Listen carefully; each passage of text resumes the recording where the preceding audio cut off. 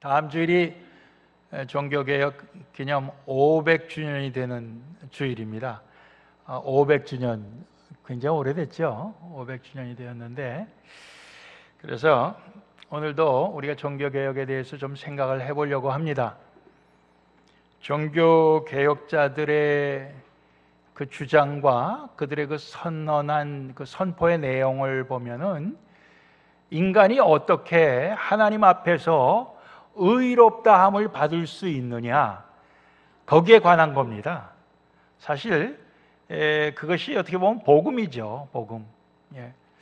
우리 인간이 죄인인데 어떻게 하나님 앞에서 의롭다고 그렇게 인정을 받을 수가 있겠느냐, 이제 그런 내용이거든요. 그래서 우리가 아는 대로 하나님 앞에서 의롭다고 인정받을 수 있는 것이 그 종교개혁 이전에 로마 가톨릭 교회는 하나님과 우리 인간이 합력해서 이루어지는 것이다, 이렇게 얘기를 했어요. 늘 하나님이 한 반하고 우리 인간이 반해서, 그래서 우리가 하나님 앞에 의롭게 되는 것이다. 그러다 보니까 어떤 게 생겨납니까? 인간들이 해야 되는 게 자꾸만 이것도 해야 되고 저것도 해야 되고 뭐 이제 그런 게 생기는 거예요. 나중에는 이제 그게 나중에 타락을 하다 보니까 뭐까지 생겨납니까? 죄를 없애기 위해서 면죄부라는 거를 사면은, 그래서 돈을 들이면은, 그러면 죄가 면죄받는다. 그리고 우리 스스로 자기의 죄뿐만이 아니라 또 다른 사람의 죄도 대신 누가 돈을 내주면은 그 사람의 죄도 면죄받는다. 그런 식으로 이제 가게 된 거죠. 그러다 보니까 이건 아니다. 그래갖고 결국 종교개혁이 이루어지게 된 거 아닙니까? 그래서 종교개혁자들이 하나님 앞에서 우리가 의롭게 된다고 하는 것은 5가지의 크게 이제 손꼽을 수 있는 그걸로만 된다. 그래서 뭐 라틴어에는 솔라, 뭐 그런 말, 솔리, 솔로 이런 말 많이 쓰고요. 영어에서는 only, alone 이렇게 말을 많이 씁니다. 그러나 이제 라틴어나 영어로 하다 보면은 그거 배워서 지식을 늘리겠다고 자꾸 머리가 글로 돌아가기 때문에 저는 이제 그 말을 오늘은 안 쓰려고 그래요. 안 쓰고 그저 우리말로만. 그래서 그 5가지가 뭐냐면, 첫째는 오직 은혜로만 우리가 하나님 앞에서 의롭게 된다. 오직 은혜로만. 그게 그 은혜가 하나님이 주시는 은혜죠. 어떤 우리 인간적인 선행이나 우리 인간이 어떤 공로를 세워서가 아니라 오직 하나님의 은혜로만 우리가 의롭게 된다. 그리고 2번째는 오직 그리스도만 근거로 해서 우리가 의롭게 된다. 즉 그리스도 외에 다른 어떤 사람의 희생이나 어떤 사람의 의로움이 그 기초가 될 수가 없다. 그 이유가 될 수 없다. 오직 예수 그리스도만 근거로 해서 우리가 하나님 앞에 의롭다함을 받을 수 있다. 그래서 3번째는 오직 믿음이라는 방법만을 통해서 우리가 의롭게 된다. 인간의 그 외에 어떠한 일도 거기에 더 추가되지 않고 오직 하나님이 이렇게 은혜로 주시는 것을 그리스도를 통해서 우리가 믿음으로써 우리가 의롭게 된다. 또 이러한 모든 것은 오직 하나님의 영광을 나타내기 위해서만 그 목적이 있다. 하나님의 영광만. 그리고 마지막으로는 오직 성경만이 이러한 모든 것의 최종적인 결정적인 권위로 우리가 배워야 되고 다뤄져야 된다. 그 최종적인 권위가 성경에 있다. 교황에게 있지 않다, 그 얘기예요. 교회에 있지 않다 이거예요. 성경에 최종적인 권위가 있다. 그렇게 얘기하는 거예요. 그래서 이제 다시 한번 이것을 반복을 하면, 첫 번째, 하나님의 은혜 아니면 인간은 모두 자기가 지은 죄로 인해서 영적으로 죽게 되는 것입니다. 에베소서 2장 5절 말씀해 보면 허물로 죽은 우리를 그리스도와 함께 살리셨다고 되어 있어요. 너희가 은혜로 구원을 얻은 것이라, 이렇게 되어 있습니다. 하나님의 은혜로 우리가 구원을 얻었다는 건 영적으로 죽은 상태에서 영적으로 다시 살게, 그리스도와 함께 다시 살게 되었다, 이렇게 말씀하고 있어요. 그래서 하나님의 은혜 아니면 우리 인간은 모두 다 영적으로 죽은 것입니다. 영적으로 죽었다는 게 뭡니까? 하나님과 관계가 끊어진 거죠. 하나님과 원수된 거죠. 두 번째, 그리스도의 희생이 아니면 우리는 모두 하나님의 거룩하신 진노 아래 죄인으로 머물러 있게 된다. 죄인으로 남아 있게 된다. 로마서 5장 8절 9절 말씀이 우리가 잘 아는 말씀이죠. 우리가 아직 죄인 되었을 때 그리스도께서 우리를 위해 죽으심으로, 그리스도의 희생입니다.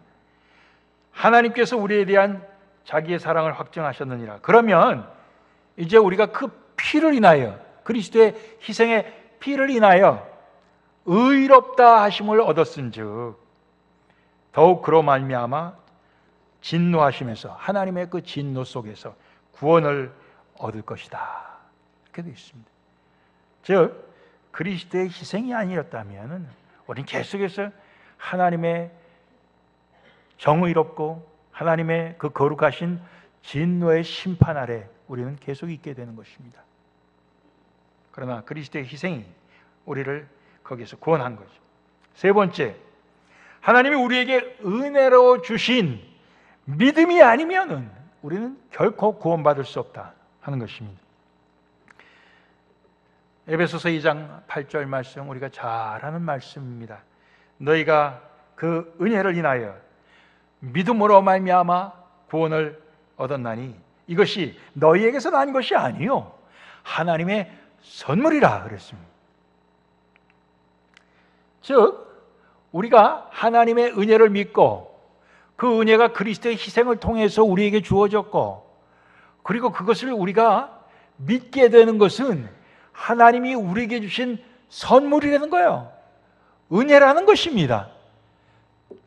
나는 그리스도를 믿지만 너는 믿지 않지, 그러니까 내가 잘났어, 이럴 수 없다는 것입니다. 왜냐? 그 믿음조차도 하나님이 우리에게 주신 은혜예요. 하나님이 우리에게 주신 선물이라는 것입니다. 그러니 결국 우리가 자랑할 게 하나도 없는 것이죠. 바로 우리가 그 믿음으로 말미암아 구원을 얻은 것은 죽음에서 생명으로 옮겨진 것이요, 하나님의 진노가 더 이상 우리를 억누르고 덮고 있지 않는, 그 진노가 다 사라진 것을 뜻하는 것입니다. 그래서 로마 가톨릭 교회와 우리 이제 신교의 그 차이점이,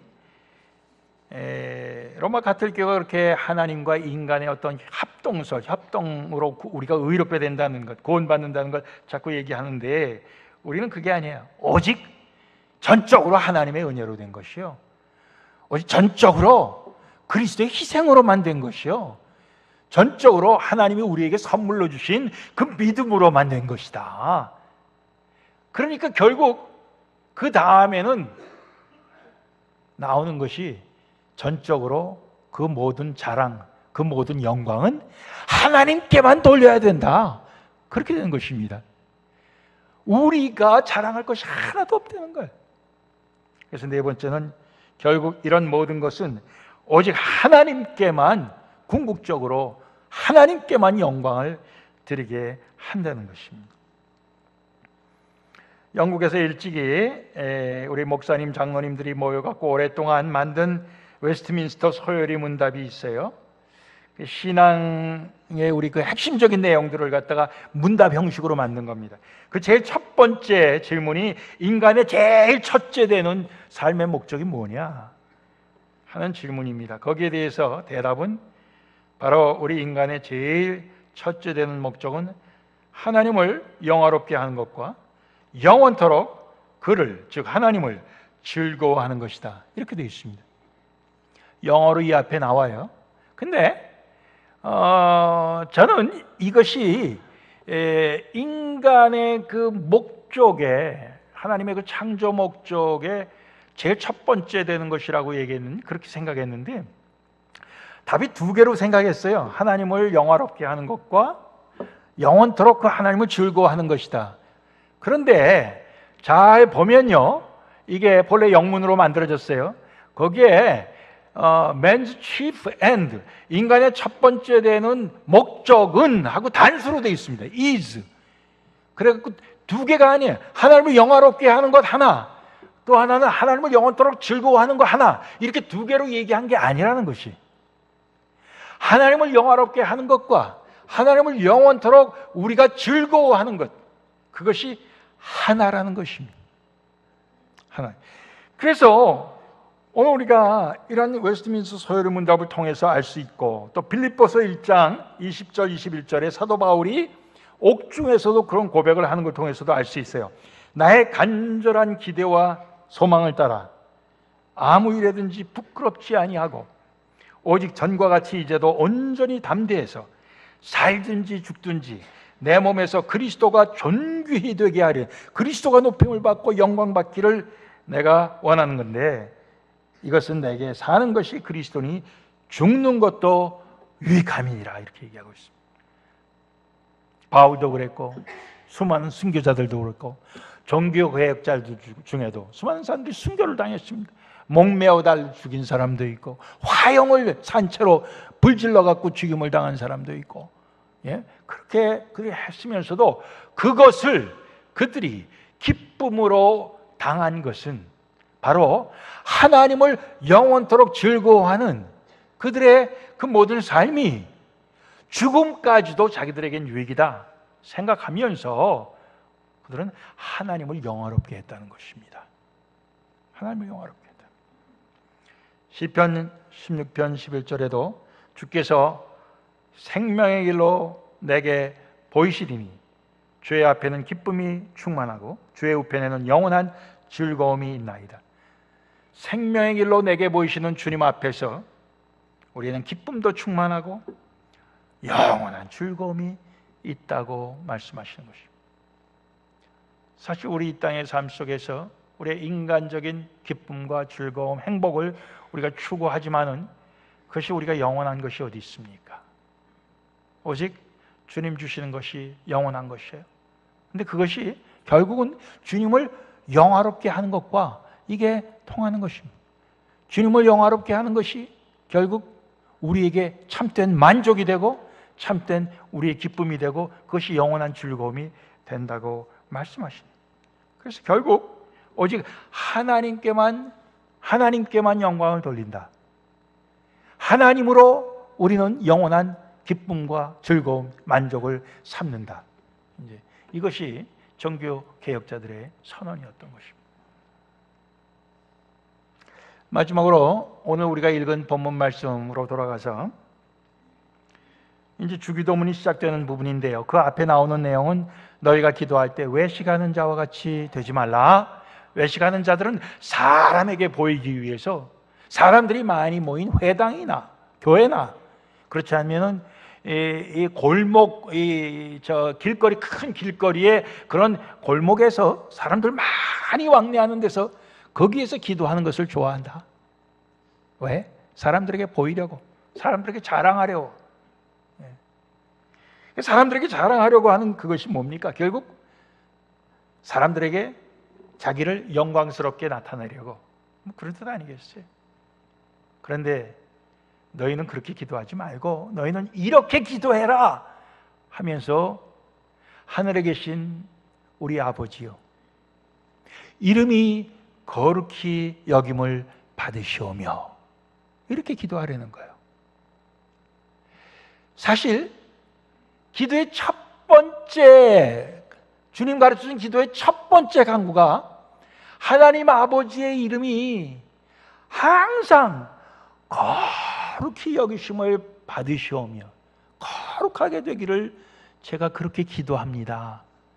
이걸로 첫 번째 기도를 삼으려는 거예요.